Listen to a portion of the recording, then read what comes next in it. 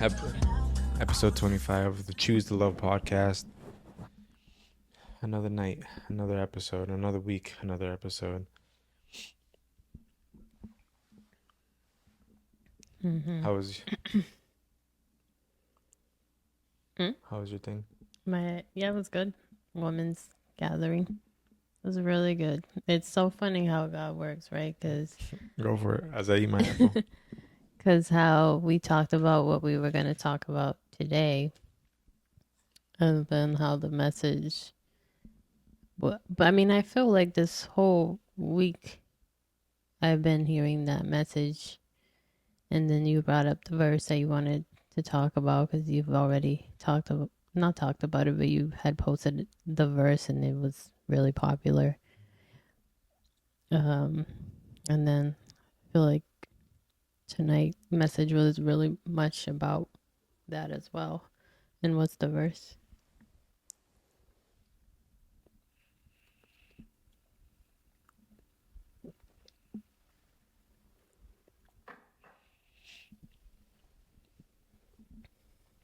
Philippians 4:6.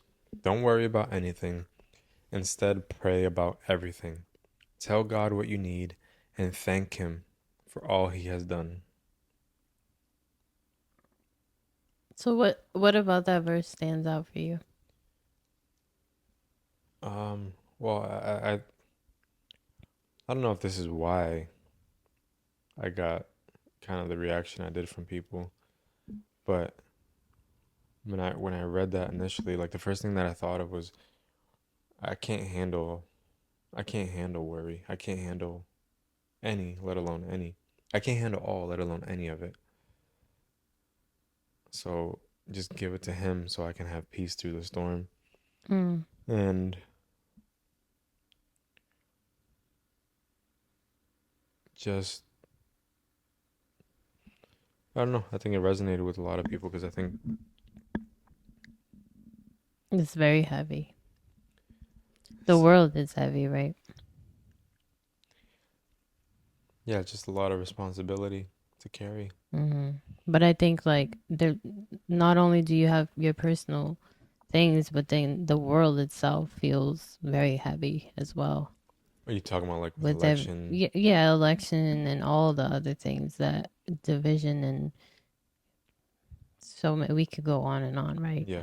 Um, so and because we're bombarded with all the information, right? It's right on our phone. It's not like you have to turn the news on nowadays to hear what's going on. You hear it just by going on social media, which a lot of us do every day. So that's another level. I think we're living in like another level of heaviness. But it literally says don't worry about anything. It doesn't say like don't worry about just your responsibilities. Don't worry about it doesn't say don't worry. It says anything. It's not Mm-hmm. like I think we then say, okay, God, just I can handle this part. Let me handle the kids. Let me just worry about what I have to do tomorrow. Uh, having to go speak to the college students this week without any real preparation. Mm-hmm. Uh, I was But let me just say something real quick because remember, you said this many times through our conversation. It's like something along the lines of like, you have to be prepared for anything that's gonna. What do you say exactly? Because I'm not gonna say it well. success comes when opportunity meets preparation. Yeah, so it's not funny. Well, So yeah. that you weren't prepared, but Well, you were. that's why I said weren't Yeah. because the things that we do. I mean, it says don't worry about anything, but it doesn't say be lazy and slack off and do nothing. So for me, I can prepare, and I was prepared to speak, Mm-hmm.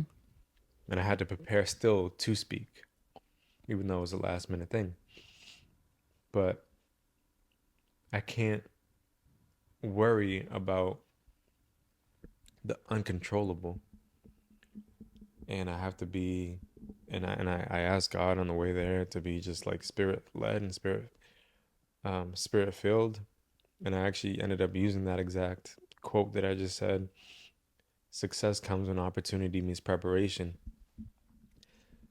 Because I was open and transparent with them. I was like, hey, have a little bit of grace with me. I wasn't necessarily prepared to be able to come to you guys and speak today, but I didn't want to pass up an opportunity because also sometimes our greatest successes comes on the other side of us saying yes. So when we prepare and an opportunity comes and we say yes, even though we may not be fully prepared as we think, don't worry, you've been preparing. Here, now you're before everybody. Do what you can do, and allow God to move through you. And Right. in your preparation that you've been doing, that will allow you to have the success uh, because you've been preparing and you tried not to worry. Exactly. But And I I, think that's but what it means. Yeah, obviously you're human, you're going to worry, but I think that right there is the picture of what it means to trust God. You continue on to try to better yourself. You do the things you need to do. You show up, you you do the best you can, and when the time comes where you're saying yes to opportunities that he's putting before you, you're going to be like, "Whoa, what just happened?" Because I mean, I know that you felt like you might have not been prepared in the sense of like you just didn't know what you were walking into. But I heard so many good things, from people who were there, from people who heard other people talk so highly about your speech and what you said, and they were impressed by your story. So just some validation there. I mean, that was definitely a high of the week. Hmm. Um,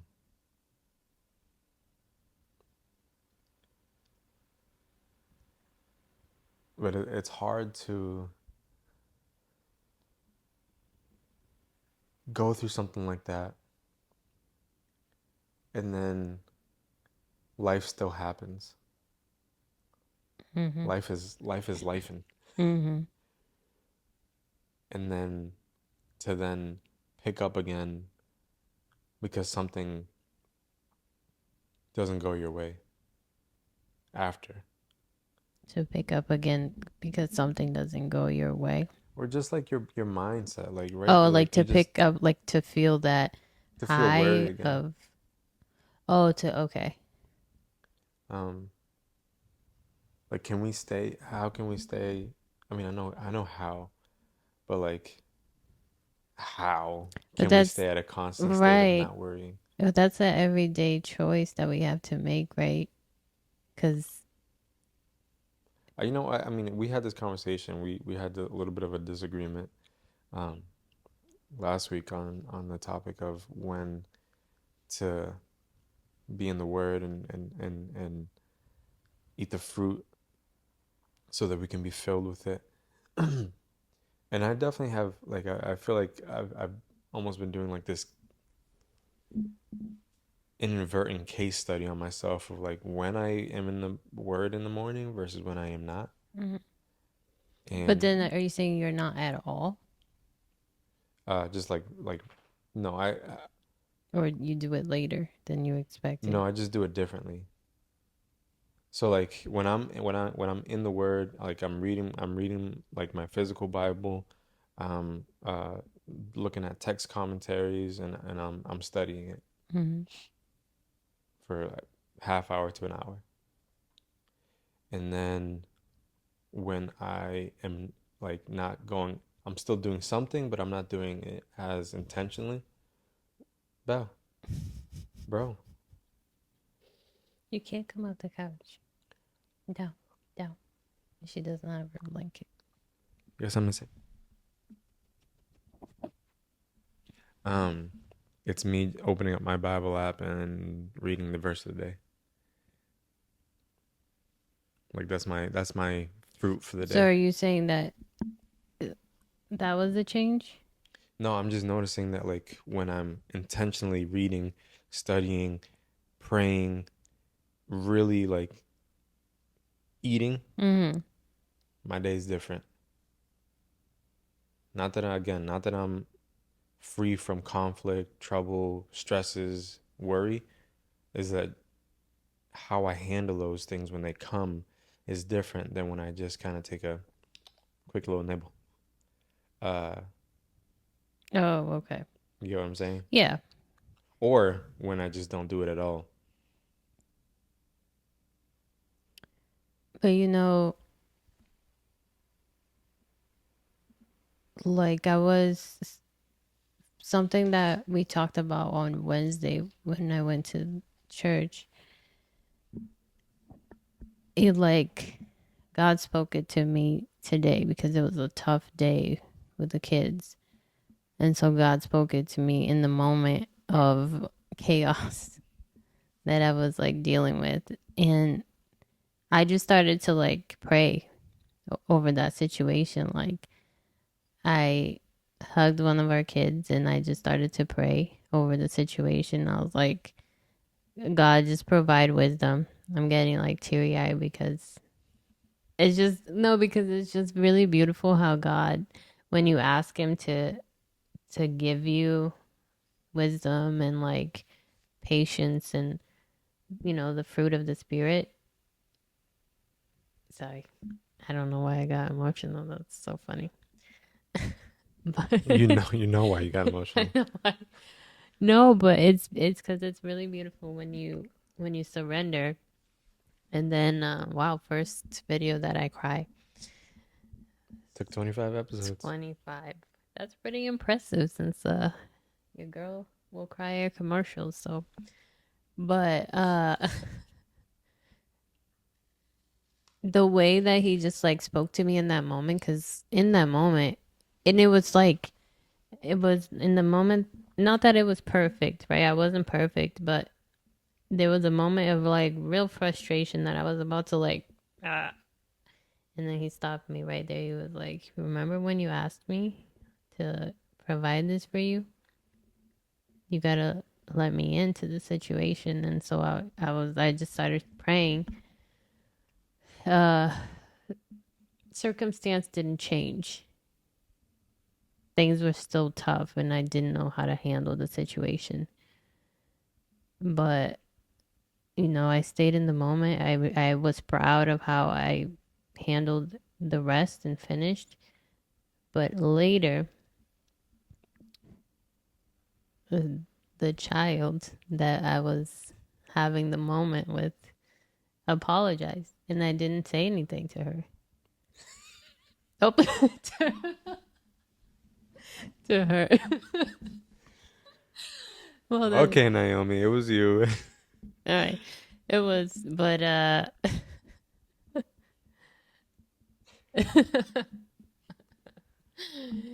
that's funny. So she Um, came up to you on her own. yeah, and like I She's was very she's frustrated with the situation to the point where she's two, by the she way. was fine. No, yeah, I know she's two, I'm just saying for anybody who might be but listening. anyone who has kids and who's has kids who are that age or who have been through that, they know exactly how that is. But after the whole thing was like calm, she was back to herself. I was just like sitting there, like, God. So I thank you for just like guiding me through it. And like, there's like one tear fell down because I was just overwhelmed. I don't know. I don't know if she saw it, but in that moment, that tear, I'm not exaggerating, but in that moment, that tear came down. She apologized. She was like, "I'm sorry that I'm not that Articulated. articulated, but she, in her own way, she apologized about what she was having a moment with, and I was just like, wow, because we always talk to the kids about apologizing, and we apologize if we have moments with them, but just to see them do it and not being asked and not, and then that was my opportunity to also say, like, it's okay, like, I understand, but, like, explain to her. And It's funny too. Sorry, you go ahead. You finish. no, I was done, but it's just, he'll show up. It's not that your circumstance changes, but you change because you see him in the midst of the chaos. So now playing back today, because I had a couple snaps on the kids, and I took them for a bike ride. We went swimming in the pool, and Nehemiah was just like worrying, worrying, worrying. Mm. Like, just I was just like, Nehemiah, just like stop worrying. And then now that I'm thinking about it, even just saying it out loud, I'm like, what he's articulating, what he's saying out loud. How different is it from me saying it? Like, how can I say this How different is it of what you do with God? in my own mind? Yeah, right. I'm And just he's putting like, Jonathan, stop worrying about I'm this. just putting that together, like, Just trust me. but like how hypocritical of me. Yeah, but we all do it. I know, but it's like, is it any better to think it and not say it? Mm. Or is it better for him to say it than to keep it inside? Because later on in the pool, I was like, Nehemiah, like, listen, listen, listen, listen. Have you heard of the verse in the Bible that talks about, like, don't worry about anything because you can't add a day to your life? He was like, yeah, I've actually heard of that verse. And I was like, oh, I didn't expect him to have heard it before. Um, but I was like, yeah, I don't remember exactly what I said to him, but it Well, was we actually have memorized one of those verses is give your worries to him. I don't cast your remember. worries onto him. No, but it's one of those. Apparently, you didn't memorize it. Yeah, apparently not. But yeah, I'm literally just tying those two together today, where it's like, or right now, I'm being a hypocrite, telling my son not to worry out loud, yet I'm worrying internally.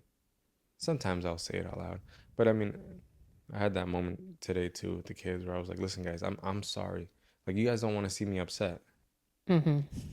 right?" They're like, "No, please." Um, I was like, "I'm sorry because I tell you guys, be mindful of how you react because the only thing that you can control is yourself." So I told him, I was like, I'm sorry because I tell you that, and then I'm not being mindful of my reaction to you guys. Mm-hmm. And because I felt anytime you get upset with the kids, oh, I feel bad. I won't speak for everybody, but I feel bad. I know Yeah. you feel bad too. Um, and Nehemiah kind of got a little quiet, a little distant, and he was just like, Eventually, I got it out of him. He was like, I'm sad.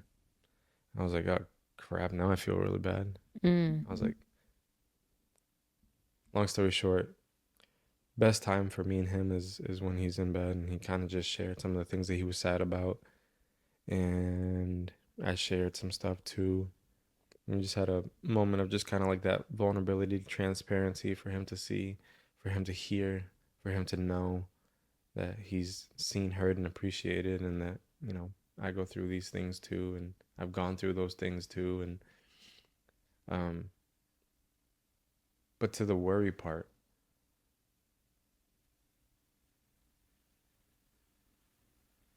I don't really understand if God wants us to,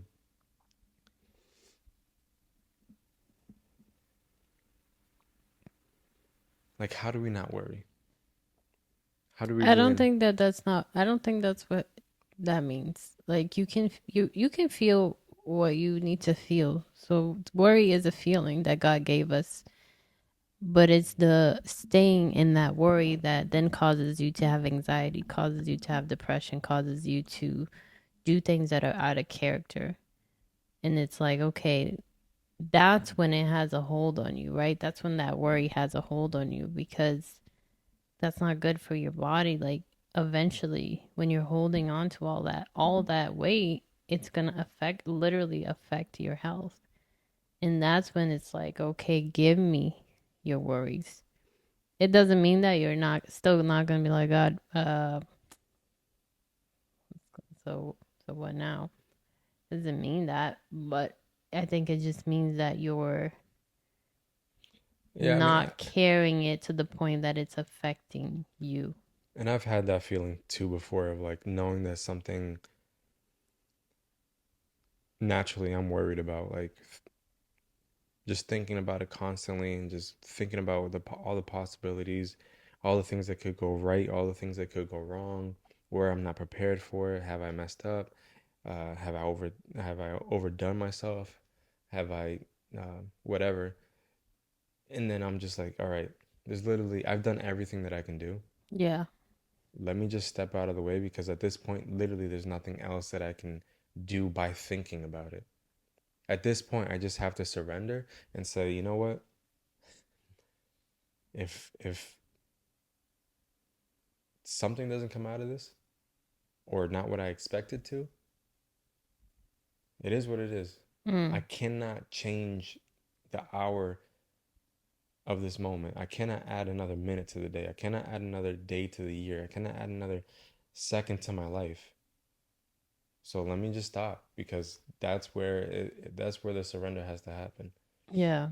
And so I'll share like what happened tonight a little bit.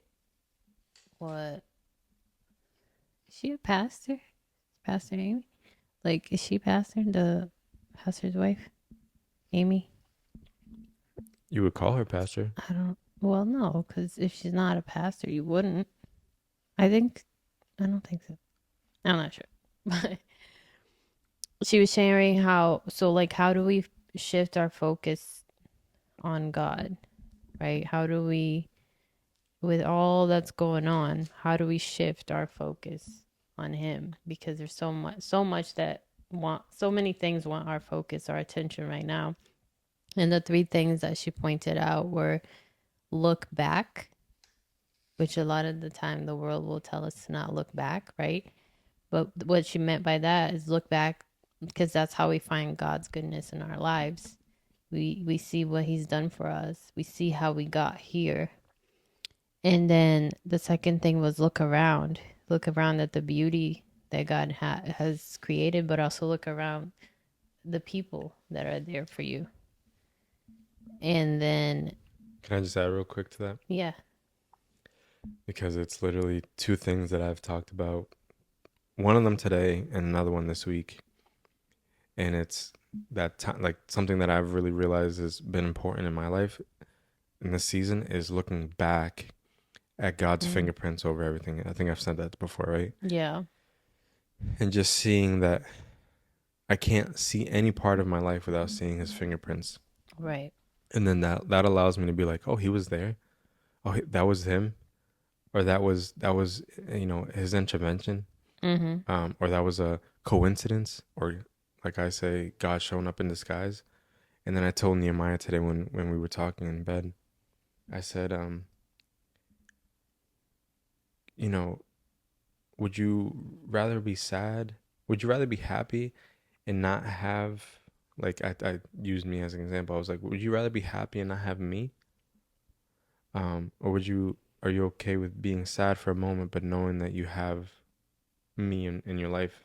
Mm-hmm. What would you rather have? And he was like, well, rather be sad and have you. And I was just trying to illustrate to him like at the end of the day, regardless of what we go through, well, all the emotions, all the ups and downs that we have to look at the things that we need to be thankful for. Because we were talking just about I brought it up with him. It was just he was sharing a lot of the things that he was sad about. I was sharing things that I was sad about, or that have happened in my past, or that are happening in the present. And I was like, okay, I don't want to go to bed on that note. Mm-hmm. I want to go to like what are you happy about? And that's where I was like trying to paint that picture of like, okay, we have each other, right? Are you happy you Mm-hmm. have me? I'm happy I have you. Are you happy you have Naomi? Would you rather have an annoying little sister Well, that's what I said. I was like, I know she annoys you. I was like, would you rather have an annoying little sister that loves you, or would you rather have no Naomi? He was like, oh, I'd rather have Naomi. Mm-hmm. I was like, that's what we have to be mindful of. Is like, regardless of everything that we go through, at the end of the day, we have food, we have shelter, we have each other. Mm-hmm. Let's look at that. Yeah. And the focus is important. What your focus is on is important. And they did this. I'll show you this to see what you see first. Whoops, not this. What do you see? God is nowhere. God is nowhere. God is nowhere. Yeah. So some people saw God is nowhere, and then some people saw God is now here. I saw God is now here. Mm. And so it's funny how we can It's my all dyslexia. dyslexia. It's funny how we all see the same thing but have different perspectives. Mm. Um, and that's because it all matters like what our focus is on. And then she was saying like, how do we then put our focus on God? And it was those points that I was talking about, looking back, looking around, right, for the people around you, the beauty that God. I mean, even like living here in Florida, we see a lot of the beauty that God has. It's like that like the you know the those like Instagram things where it's like whichever word you focus on is the word you hear. You know what I'm talking about? Mm. Yeah, no, I don't, but Because if I can literally picture. they have two words on the screen, and based on the picture that you're paying attention to, based on the word that you're paying attention to in the picture, when it's like this, it's like a distorted audio. It's the one that you end up hearing because you're looking at it. Ah, I see. Yeah. And the third one was look up, right? Look up and see God. Um, he said in his word that he's always going to be there for us, but he didn't say that we wouldn't have. Are you looking at me like that? No, we wouldn't have worries in this world. Um, but it's if we have our focus on him. He said that we wouldn't have worries. No, he didn't say we wouldn't Oh, have okay, worries. yeah, I was gonna say because he promises. He's like, I promise you, you're gonna have some trouble, But the other thing that I really liked but take light. that I've overcome the world.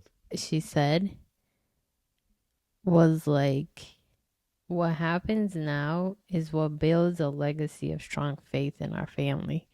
So the thing you could have gone through hardships, right? You could have gone through things that felt very hard, which we all have, and you see that for at least for us, I think those are the moments that we were even more putting our focus on God because it was so hard to carry that we needed him to we needed to see him in anything.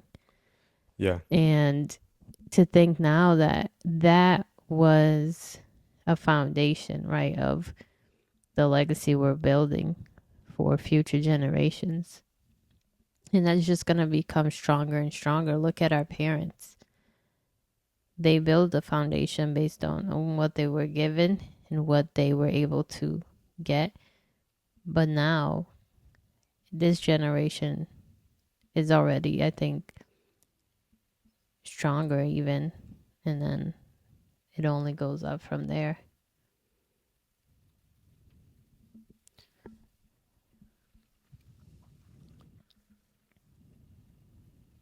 yeah. I was gonna say something you mentioned a little bit earlier.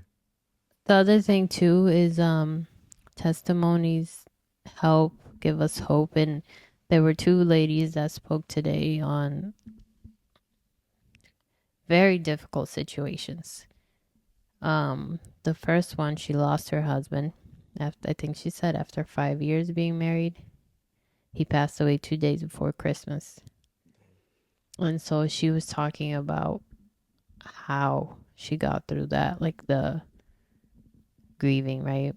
And it was the community, right? The people around her that helped. She said literally, like, she had a friend that would text her and say, "Did you put pants on today?"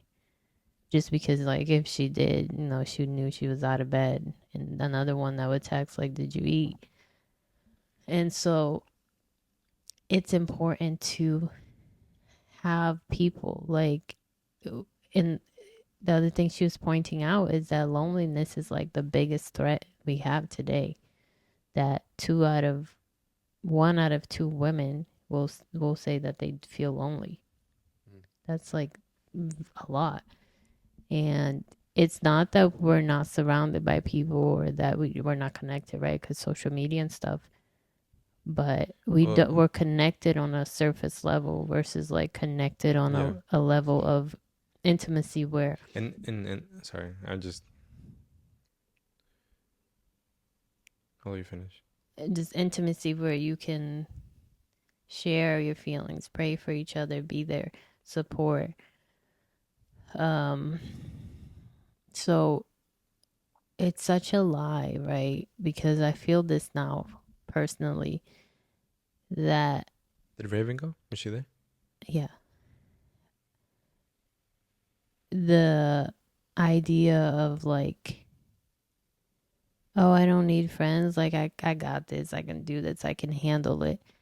But I was even sharing with Raven because we were talking about growing up, right? Because she had her step siblings. I have my step siblings, but I was the only child. And so that feeling of belonging, even today, that feeling of belonging, it's hard because you see the relationships of like my sisters-in-law. I see their relationship and I like admire that, not admire, but like I long for the Crave. crave, yeah, crave for that intimacy that they have that I can't have because they were raised together. They are the same blood, right? Same household.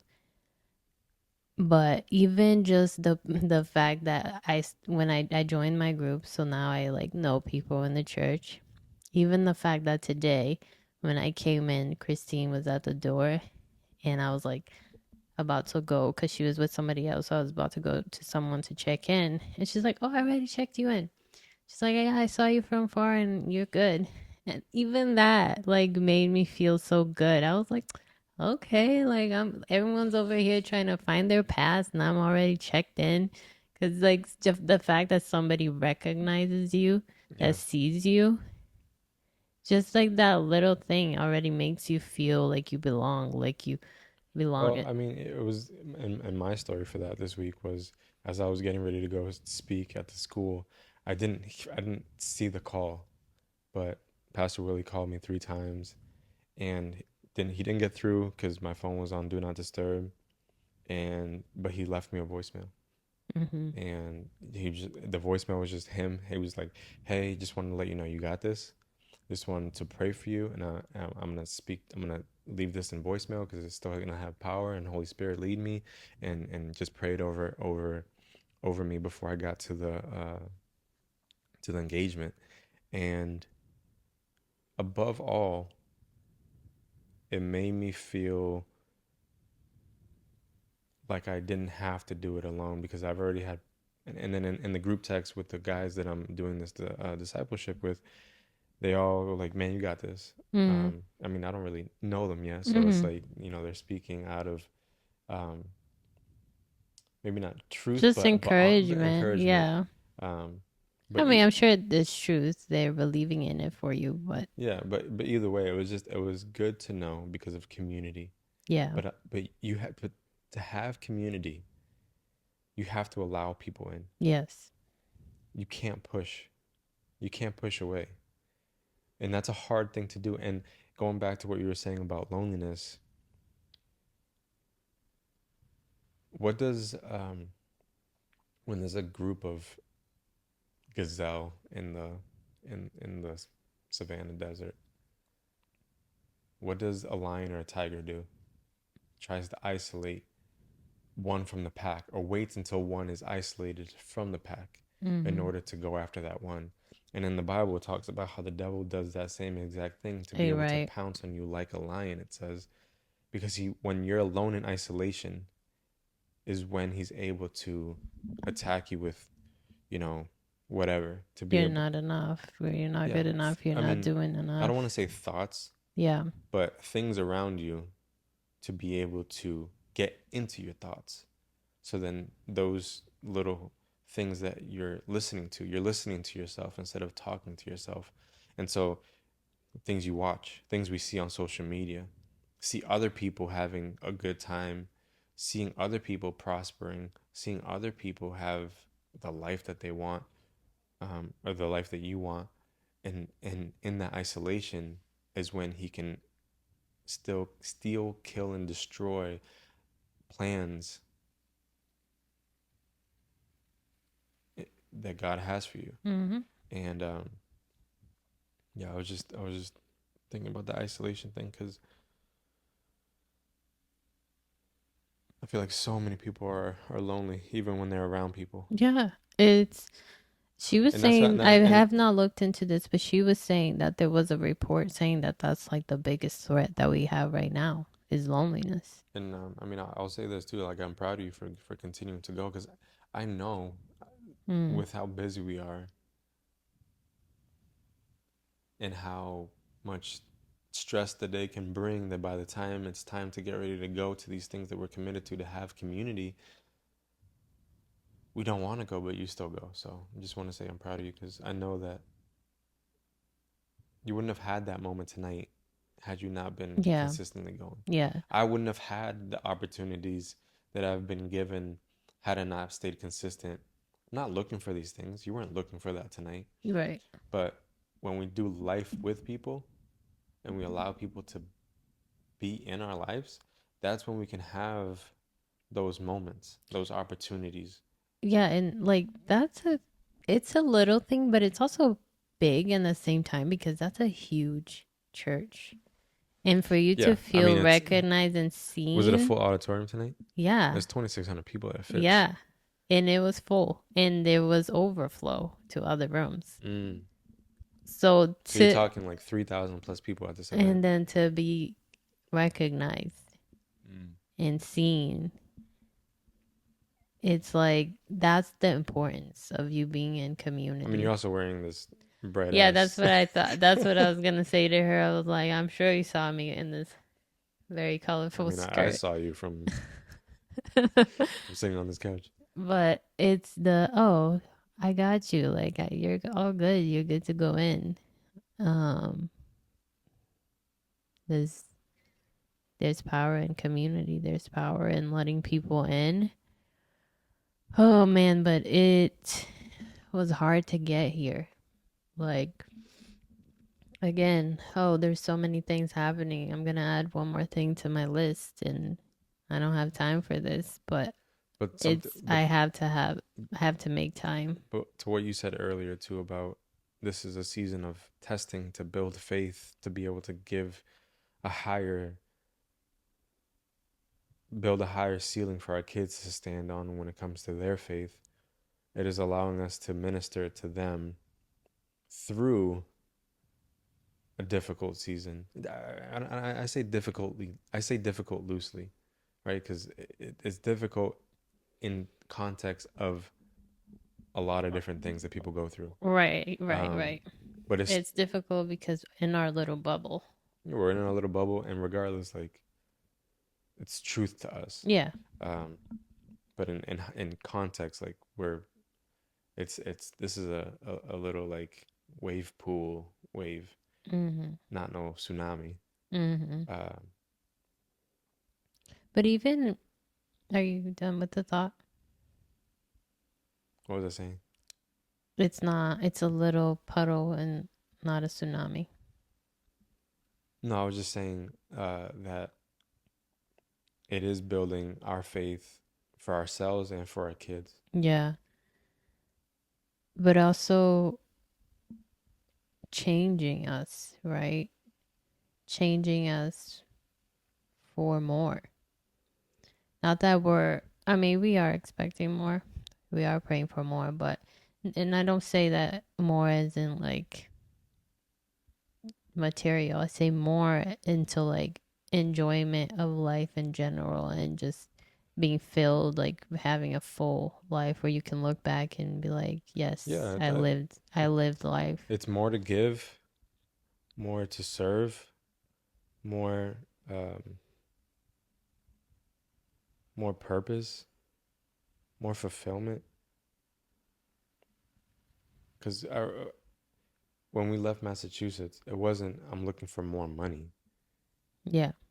It was just we wanted more, more of those things, More life. more community, More, yeah. more enjoyment of balance, more moments with the kids, more to give people, um, in hopes that obviously more fulfillment in career, more of all those things. Like I think we still like nice things, of course, Mm-hmm. but they don't nearly have the same fulfillment as I thought they did before. Mm-hmm. Because even like even saying that having fulfillment is not what I mean. It's the thought of the fulfillment. Does that make sense?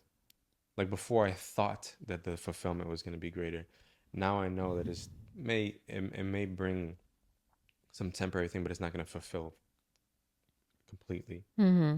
Um, and I think that's just the season that God has been putting us in. Yeah, we had to learn a lot of things. And also we we had to learn a lot of things about ourselves, right? That's bringing a lot of things to light that God's like, okay, you want to work on yourself, here you go. This right here, this person Uh, right here, I don't know if you have. I don't know if I said God. I want to work on myself. I mean, I feel like I did. I feel like I said I want to be better friend, a better everything, right? Wife, mom. And he's like, well, remember this person right here? You think you forgave them? I Mm. don't think so. And You want to share that no, I definitely don't. Um, publicly? Just definitely look right not. into the camera and say, No, "I forgive you in Jesus' name," and you've no, been but forgiven. I forgive you in Jesus' name. But it's yeah, it's in those hard seasons that you have to also give him your worries, but also say, God, show me what I need to do. Show me what I need to change. Let me see your presence. It does even so is another thing someone said is change your even if to even though. So even though I'm going through this, you are still good, God. You're still no, you're still good. That's bringing me to, dang. Let me go grab my Bible real quick. Keep talking. um no. Apologize.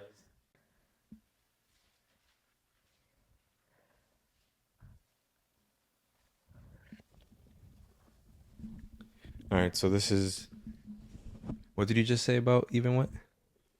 Change your even if to even though. Say it again. Change your even ifs to even though. Even though. So even though I'm going through this, you're still a good God.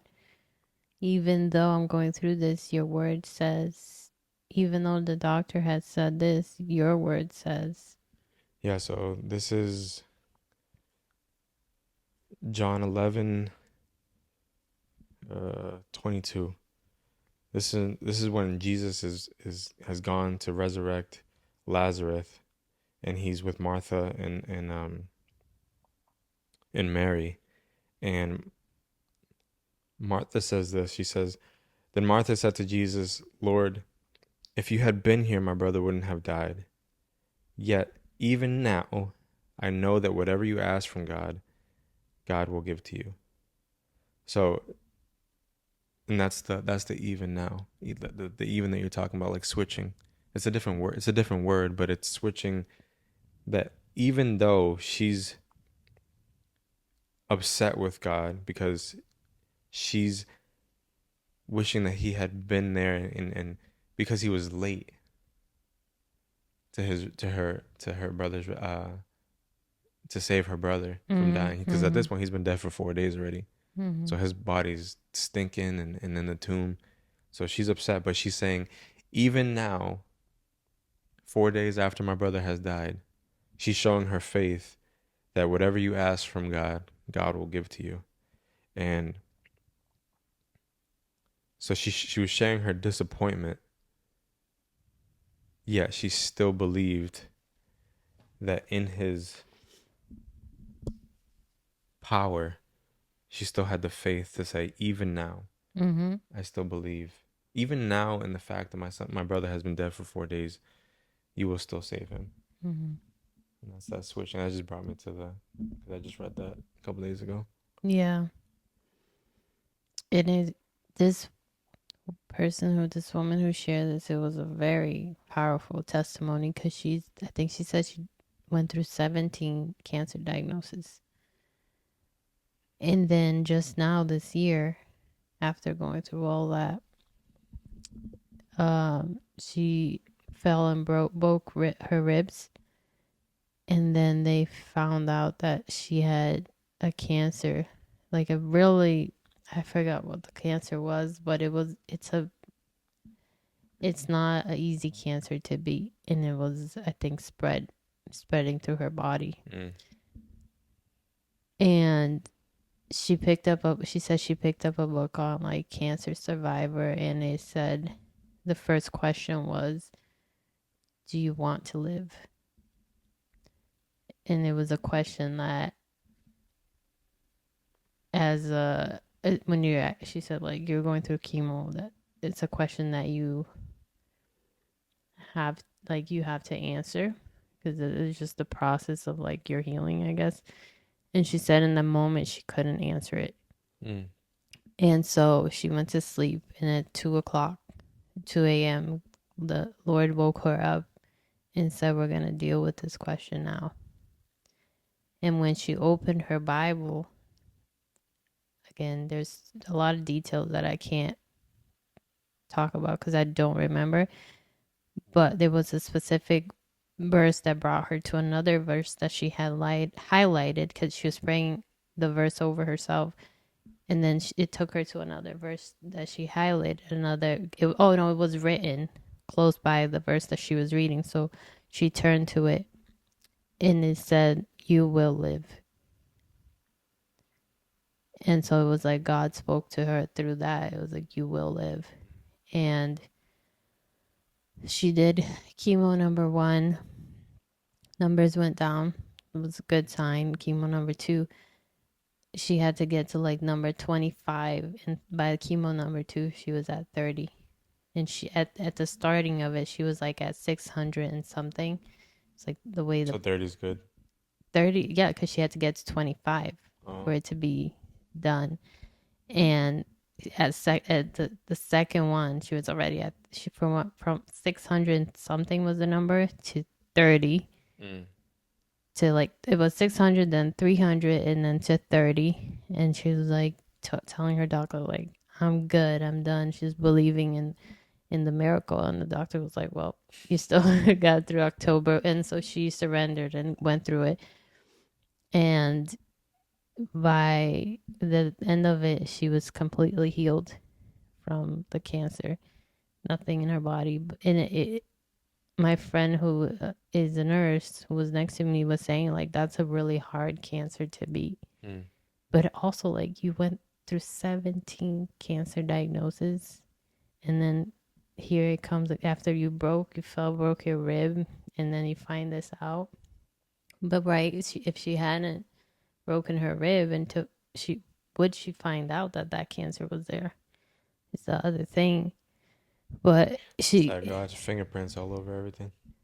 yeah, even in the bad, right? Even in the bad, it's like, well, that was God's way of showing you, hey, this, you have to pay attention to this. Mm. But to have gone, like, she's been through multiple surgeries, but to have gone through all of that and then to just face it again this year.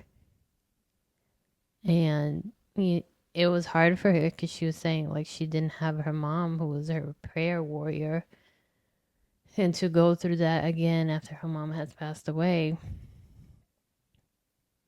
it's like, how do you not worry, right? How do you surrender? How do you trust God? And she just said she had to put on the armor every day and use God's word as medicine to her body. Yeah.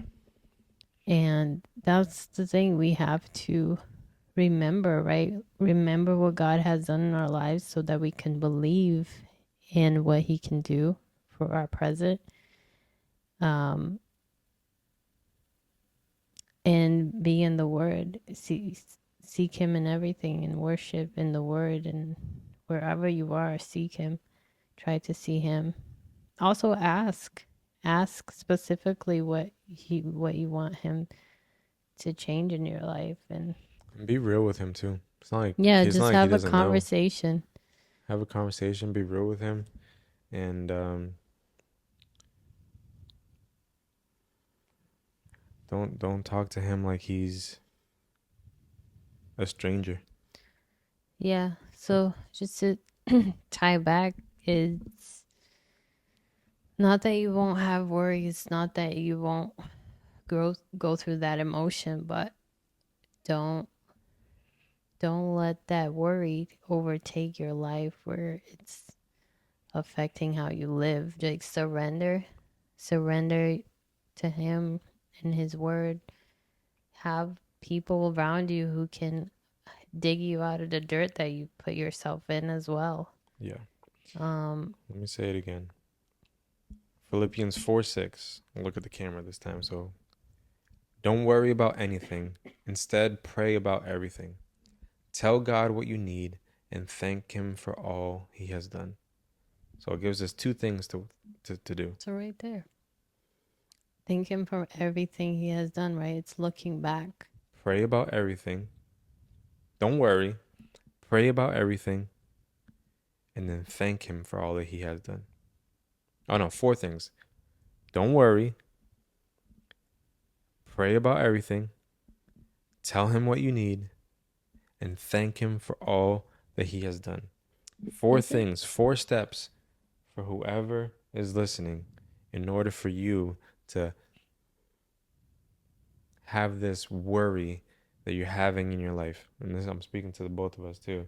Mm-hmm. For us to be able to walk this life in peace, knowing that we're still going to have things that are undone, unfinished, unprepared, but God still wants you to give it to him so that in the midst of it all, you have a peace. Isn't it funny? I just noticed that he says pray about everything and then tell God what you need. Why do you think that is? Because don't you think that when you pray, like, when you think you praying, you think automatically like you're telling God what you need? Why do you think that they specifically say pray about everything, and then tell God what you need? I think it's just saying that in prayer, tell God what you need. Oh no, because it's saying don't worry about anything. Instead, pray about everything. And And in your prayer, then it's another tell sentence. him, Tell God what yeah. you need and thank him for all he has done. Yeah. Listen, God does not want us, he doesn't want you to go through this life alone. He doesn't want you to go through this life carrying all that weight. It is meant for us to be able to go through this life with him at our helm, leading us and directing us and having us have a peace that really does not make any sense. And a way for you to get it, if you haven't tried it, is just reading this. Yeah. And pray for your friends, because You never know like what dark cloud may be around them, and sometimes it's hard to see. Because I know, like, for me, when we moved here, I had that dark cloud for a while. Mm. And it's hard for you by yourself to see past the cloudiness. So pray for your friends, pray for the people around you, All right. pray for everything. Episode 25 in the books. We'll see you guys next time. This was a long one, but it was a necessary one. Have a beautiful time. Bye.